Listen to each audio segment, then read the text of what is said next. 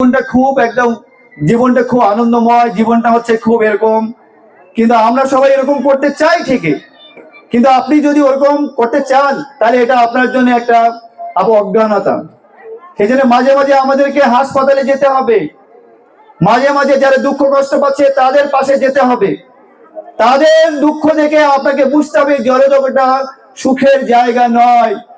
জীবন সুখ দুঃখে মেলা, দুনিয়াদারি স্বপ্ন কি খেলা, যাতে তুষ্को পড়ে গেলা, ভজরে হরিকা নাম রে, ভজ গোবিন্দ ভজ গোবিন্দ ভজ গোবিন্দ কা নাম রে। এই জীবনটা সুখের জন্য নয়, শুধু মেলাতে যে কি থাকে সেখানে সুখ আর দুঃখ থাকে।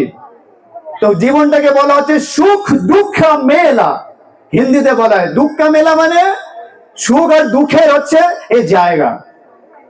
কিন্তু আমরা দুঃখকে বাদ দিয়ে আমরা শুধু সুখ চাই, কিন্তু না। এই জন্যে আমি বলবো ওই প্রভুর জন্য যাকে আমরা দেখে আসলাম, ওনার মঙ্গলের জন্য ভগবান যদি চান ওনার দেহটাকে সুস্থ করে দিন। আর ভগবান কি চান সেটা ভগবানই জানেন। তো আমরা চাইবো যে একদিন ভক্ত তিনি যেন শরীর ধারণ করে এরকম ভগবানের সেবা করতে পারেন, ভক্তর সঙ্গে বাস করতে পারেন। তাই ওনার নাম হচ্ছে প্রাণবন্ধু, হ্যাঁ, প্রাণনাথ কৃষ্ণ দাস প্রভু। তো ওনার মঙ্গলের জন্য, সুস্বাস্থ্যের জন্য আমরা একবার ভগবানের কাছে প্রার্থনা করবো। জল বলুন, হরে কৃষ্ণ হরে কৃষ্ণ কৃষ্ণ কৃষ্ণ হরে হরে, হরে রাম রাম রাম হরে হরে, হরে নাম সংকীর্তন কি। আমি যেটা বললাম যে আমাদেরকে মাঝে মাঝে হাসপাতালে গিয়ে আমাদেরকে শেয়ার করতে হবে, যে আমাদের বুঝতে হবে এই জগৎটা সুখের জায়গা নয়। এই জগৎটা একটা আমাদেরকে দুঃখ বা সুখ এখানে ভোগ বিলাস করার জায়গা। তো আমরা একসঙ্গে শুধু সুখ পেতে পারি না, আমাদেরকে দুঃখটাকেও গ্রহণ করতে হবে। তা আমি বলবো এই সুখ দুঃখ এটা হচ্ছে জগতের মধ্যে আপেক্ষিক, কিন্তু ভগবান চায় আমরা যেন সুখকেও ভুলে যাই আর দুঃখকেও ভুলে যাই। ভুলে গিয়ে আমাদের ভগবানের নিত্য আলয় রয়েছে, যেখানে কোনো সুখ নেই এবং দুঃখ নেই, সেখানে শুধু রয়েছে আনন্দ। যেখানে জন্ম নেই, যেখানে কোনো মৃত্যু নেই, যেখানে শরীরের কোনো ব্যাধি নেই, আর সেখানে কোনো শরীরের এরকম পুরাতন হয়ে যাওয়ার কোনো সম্ভাবনা নেই। তাহলে সেই জায়গায় আমাদের ফিরে যেতে হবে, এবং সেই জায়গায় ফিরে যাওয়ার জন্য ভগবান দেখুন তিনি কি রূপে এসেছেন। আমাদেরকে শিক্ষা দেওয়ার জন্য ভগবান তিনি এই রূপে এসেছেন, আমাদেরকে সাঁতার কাটা শেখার জন্য। কি শেখার জন্য? তা আপনি আমি যদি বদ্ধ হয়ে থাকবো জলের মধ্যে, আপনাকে সাঁতার অবশ্যই কাটতে হবে। আর যদি ভালো সাঁতার কাটতে পারেন তাহলে ভগবানের কি পায়, আপনার কাছে একটা নৌকা আসতে পারবে। আর হরে কৃষ্ণ, ওরে ভগবান, হরে কৃষ্ণ। খুবই দুঃখের সংবাদ, আমরা যা প্রার্থনা করলাম প্রভু দেহ রেখেছেন।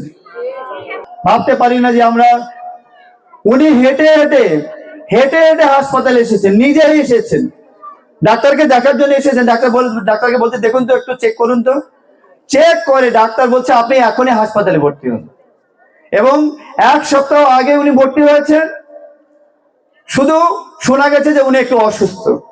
আমরা 3-4 দিন আগে রংপুর গেলাম, ওনার 2 বোন আমাদের গাড়িতে চলে গেলেন, হাসি হাসি গেলেন, বললেন যে দাদা একটু নাকি অসুস্থ, আমরা একটু এরকম।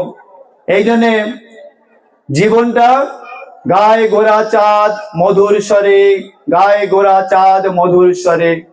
হরে কৃষ্ণ কৃষ্ণ কৃষ্ণ হরে হরে, হরে রাম রাম রাম হরে হরে।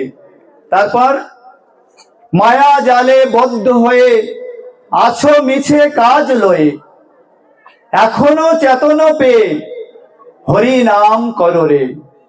গৃহে থাকো বনে থাকো, সদা হরি বলে ডাকো, সুখে দুঃখে ভুলো না কো, বদনে হরি নাম করো রে। জীবন, জীবন কি তারপর না, জীবনও হইল শেষ। সবাই বলুন কি হলো? আমাদের জীবনটাই ঠিক এরকম এ হচ্ছে। যেমন বাগানে এখন ফুলগুলো অনেকে ফুটে, কিছু সৌন্দর্য দেখায়, কিছু গন্ধ ছড়ায়, আস্তে আস্তে আবার তার প্রভা নিষ্প্রভ হয়ে যায়, গন্ধ চলে যায়, ফুলগুলো আস্তে আস্তে কালো ধরে যায়। আর এক সময় যখন ওটি সেবায় নিয়োজিত না হয়, ও ফুলগুলো আস্তে আস্তে গাছের নিচে ও ঝরে পড়ে যায়। আপনারা বাড়িতে দেখেন ঠিক তেমনই এই বাগানে ফুল ফুটে থাকলেই হবে না, একজন সুদক্ষ ভগবত ভক্তের দরকার, যিনি জানেন এই ফুলটি ভগবান ফুটিয়েছেন, তাই এই ফুলটিকে ভগবানের চরণে নিবেদন করা আমার কর্তব্য। সেজন্য একজন সাধু গুরু বৈষ্ণব সেটা তা জানেন, আর সেটা জেনে তখন তিনি ওই ফুলগুলোকে ভগবানের সেবায় নিযুক্ত করার বুদ্ধি প্রদান করেন। তেমনি এই যে ইস্কন, সারা পৃথিবী জুড়ে মানুষ কৃষ্ণ ভক্ত হচ্ছে, ইস্কনের ভক্তবৃন্দ হচ্ছে, তো তাদের কাজ কি? নিজে ভগবানের সেবায় নিজেকে আত্মোৎসর্গ করা এবং পাশাপাশি অন্য যারা তার করতে পারছে না তাদেরকে সেই ভগবানের চরণে আত্মনিবেদন করার শিক্ষা দেওয়া। তা আমাদের কাজ হচ্ছে তাই। তা আমি সাধুবাদ জানাই, আপনাদেরকে অভিনন্দন জানাই। আপনারা আজকের এই ভগবান চৈতন্য মহাপ্রভুর শুভ 540 বছর হ্যাপি বার্থডে, তাই না? আমাদের পিতা, আমাদের হচ্ছে পিতা, তিনি হচ্ছেন ভগবান শ্রীকৃষ্ণ চৈতন্য মহাপ্রভু।